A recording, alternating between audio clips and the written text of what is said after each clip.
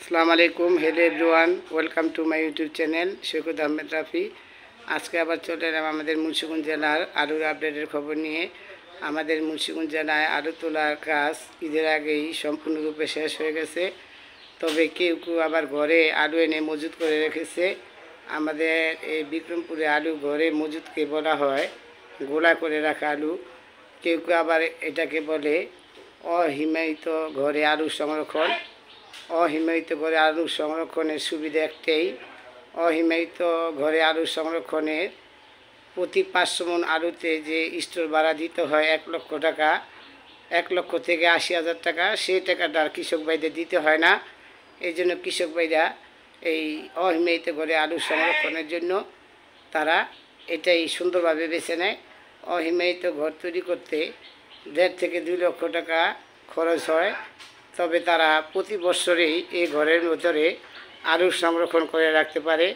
আপনারা কে কোন এলাকা থেকে আমাদের এই ভিডিওটি দেখছেন তার কমেন্ট বক্সে জানিয়ে যাবেন এবং আপনাদের এলাকার আলুর দাম আপডেটের খবর আমাদেরকে জানিয়ে যাবেন।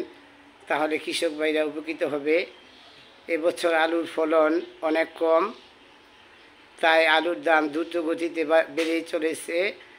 আমাদের মুন্সিগঞ্জ জেলায় আলুর উৎপাদনের সময় 1 মাস পিছিয়ে যাওয়ার কারণে এবছর আলুর ফলন অনেক কম। আমাদের হিমাগারগুলো ইতিমধ্যেই 8-10 দিনের ভিতরেই সম্পূর্ণরূপে বন্ধ হয়ে যাবে।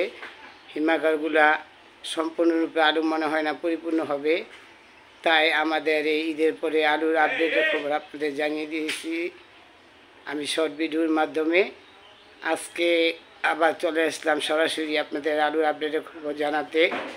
আমাদের মুন্সিগঞ্জ জেলায় এখন গোলার আলু বিক্রি হইতেছে 1550 হইতে 1600 টাকা দরে। আজকের আমাদের এই লোহজন থানার ওপারা গ্রামের এই শম্ভুবের আলুগুলো 1550 থেকে 1600 টাকা দরে বিক্রি হয়ে গেল। আমাদের মুন্সিগঞ্জ জেলার আলুর বাজার এখন 1550 থেকে 1600 টাকা। আপনারা সবাই ভালো থাকবেন, সুস্থ থাকবেন। আমাদের চ্যানেলটি এখনও যারা সাবস্ক্রাইব করেননি সাবস্ক্রাইব করে রাখবেন। আরও নতুন নতুন ভিডিও পেতে আপনাদের সহযোগিতা করবে। আপনারা আমাদের পাশে থাকবেন। আপনারা ভালো থাকেন, সুস্থ থাকেন। মেহনতি মানুষের জয় হোক, বাংলাদেশ দীর্ঘজীবী হোক।